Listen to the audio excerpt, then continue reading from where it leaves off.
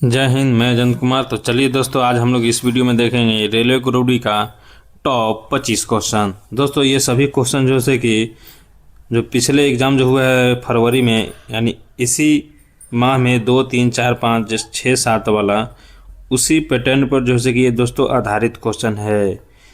दोस्तों ये इसलिए मैं कह रहा हूँ कि उस पर आधारित क्वेश्चन है क्योंकि जो क्वेश्चन आपको जिस टॉपिक से पूछा है उसी टॉपिक से हम जो है कि इस वीडियो में लेकर आए हैं। और दोस्तों ये जो है कि सभी क्वेश्चन 5 स्टार क्वेश्चन रहने वाला है। तो दोस्तों आप लोग को इसीलिए हम जो है कि सेट की तरह आप लोग को हर एक वीडियो में देखिएगा 25 क्वेश्चन ही लेकर आते हैं, क्योंकि ये जो अभ्यास रहेगा दोस्तों ये आपको एग्ज़ाम में ज़रूर काम आएगा। तो दोस्तों चलिए हम लोग देखते हैं पहला नंबर क्वेश्चन। और पहला नंबर क्वेश्चन देखने से पहले आपसे एक छोटा सा रिक्वेस्ट है कि यदि इस चैनल पर नए आए हैं तो चैनल को सब्सक्राइब कर ले और बेल आइकन प्रेस कर ले।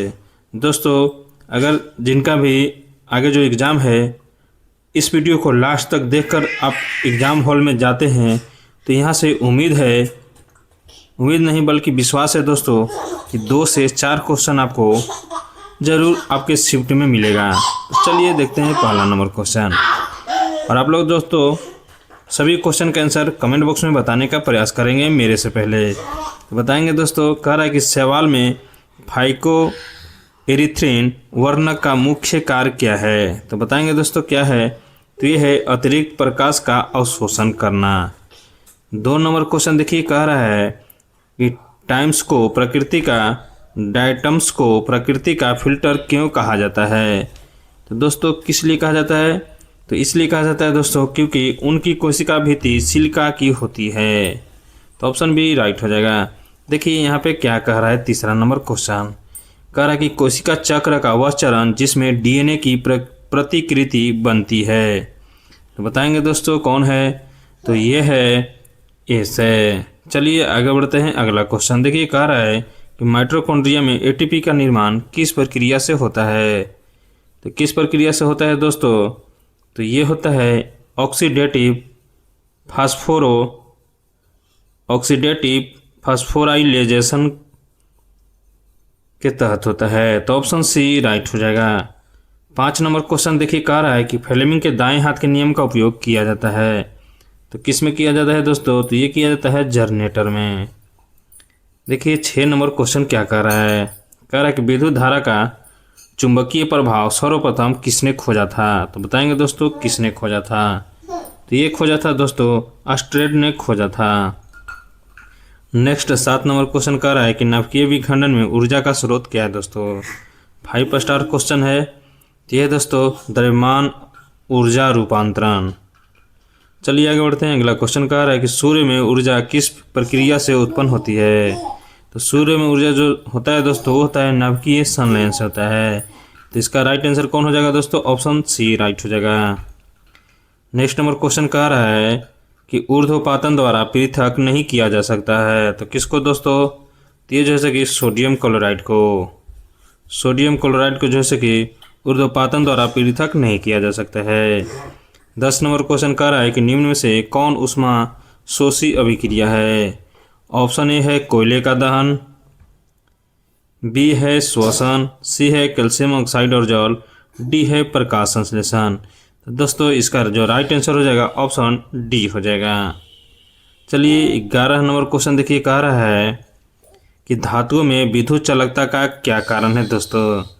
क्या है दोस्तों। तो ये है मुक्त इलेक्ट्रॉन।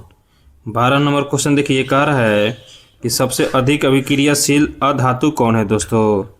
तो कौन है। तो ये है फ्लोरीन है। ऑप्शन डी राइट हो जाएगा। 5 स्टार क्वेश्चन है दोस्तों ये। 13 नंबर देखिए क्वेश्चन कह रहा है कि उपधातु का प्रमुख गुण क्या है। बताएंगे दोस्तों उपधातु का प्रमुख गुण क्या होता है। तो ये होता है मध्यवर्ती गुण। देखिए दोस्तों न धातु है ना धातु है, इसका मतलब क्या है दोनों मिक्स है। 14 नंबर क्वेश्चन देखिए, कह रहा है कि इलेक्ट्रॉनिक विन्यास जो लिखा हुआ है 8, 2, 10 और 7, 17 यानी किसका तत्व है। तो दोस्तों इलेक्ट्रॉनिक विन्यास 8, 2, 10 और 7, 17 है। यानी 17 किसका परमाणु क्रमांक है? तो ये है दोस्तों क्लोरीन का। किसका है दोस्तों? क्लोरीन का। तो ऑप्शन ए राइट हो जाएगा। चलिए आगे बढ़ते हैं, अगला क्वेश्चन देखते हैं। अगला क्वेश्चन 15 नंबर कह रहा है कि ऑर्गेनिक यौगिक का अध्ययन मुख्यतः किस तत्व पर आधारित है? तो किस पर आधारित है दोस्तों? तो ये है कार्बन पर। 16 नंबर क्वेश्चन देखिए। 16 नंबर क्वेश्चन कह रहा है कि संतृप्त हाइड्रोकार्बन की पहचान कैसा है दोस्तों? कैसे पहचाने के संतृप्त हाइड्रोकार्बन की ये जो है सी वैरायटी है? तो ये है दोस्तों, कैसे पहचानेंगे? तो हम लोग पहचान लेंगे सिंगल बॉन्ड से। ऑप्शन सी राइट हो जाएगा। देखिए यहाँ पे 17 नंबर क्वेश्चन कह रहा है कि व्हिटकर के 5 जगत वर्गीकरण में शैवाल को रखा गया है। तो किस में रखा गया है दोस्तों? तो ये है प्रोटिस्टा में। चलिए 18 नंबर क्वेश्चन देखते हैं। 18 नंबर क्वेश्चन कह रहा है कि द्विनाम पद्धति में दूसरा नाम दर्शाता है। तो क्या दर्शाता है दोस्तों? बताएंगे। तो ये दोस्तों दर्शाता है जाति दर्शाता है। चलिए आगे बढ़ते हैं, अगला क्वेश्चन 19 नंबर क्वेश्चन देखते हैं। देखिए क्या कह रहा है। कह रहा है कि वायरस को निर्जीव क्यों कहा जाता है? तो बताएंगे वायरस को निर्जीव क्यों कहा जाता है? ये दोस्तों कहा जाता है कि वे क्रिस्टलीकृत हो सकते हैं। चलिए 20 नंबर क्वेश्चन देखते हैं। 20 नंबर क्वेश्चन कह रहा है कि कोशिकाएं सिद्धांत में नई कोशिका पुरानी कोशिका से बनती है, किसने जोड़ा है? तो ये दोस्तों ये जोड़ा है बीटचो ने। नेक्स्ट नंबर क्वेश्चन देखते हैं। कह रहा है नंबर क्वेश्चन कह रहा है दोस्तों कि विद्युत शक्ति का SI मात्रक क्या है? क्या है दोस्तों? तो ये है एम्पियर है। विद्युत शक्ति पूछा है दोस्तों, तो इसका वाट हो जाएगा। ऑप्शन डी राइट हो जाएगा। कि परमाणु क्रमांक से निर्धारित होता है। तो क्या होता है दोस्तों परमाणु क्रमांक से? तो ये होता है, देखिए दोस्तों, Z बराबर P बराबर E होता है। यानी जितना परमाणु संख्या है उतने प्रोटॉन है और उतना ही इलेक्ट्रॉन है। तो चलिए ऑप्शन देखते हैं क्या दिया हुआ है। ये दिया हुआ है दोस्तों इलेक्ट्रॉन। तो इसका राइट आंसर हो जाएगा ऑप्शन सी हो जाएगा। चलिए आगे बढ़ते हैं, 23 नंबर क्वेश्चन देखते हैं। कह रहा है यहाँ पे कि निम्न में से कौन मिश्रण है? तो कौन है दोस्तों? तो ये है वायु। चलिए 24 नंबर क्वेश्चन देखते हैं। कह रहा है कि लाइसोसोम की उत्पत्ति होती है। तो ये दोस्तों कैसे होती है? तो ये है गोल्जी बॉडी से होती है। चलिए लास्ट क्वेश्चन देखते हैं। देखिए कह रहा है कि विद्युत परिपथ में फ्यूज का कार्य क्या है? तो क्या है दोस्तों फ्यूज का कार्य? तो ये है परिपथ की सुरक्षा रखना। तो आज के लिए इतना ही। उम्मीद है कि आप लोग जो वीडियो ये लास्ट तक ज़रूर देखे होंगे।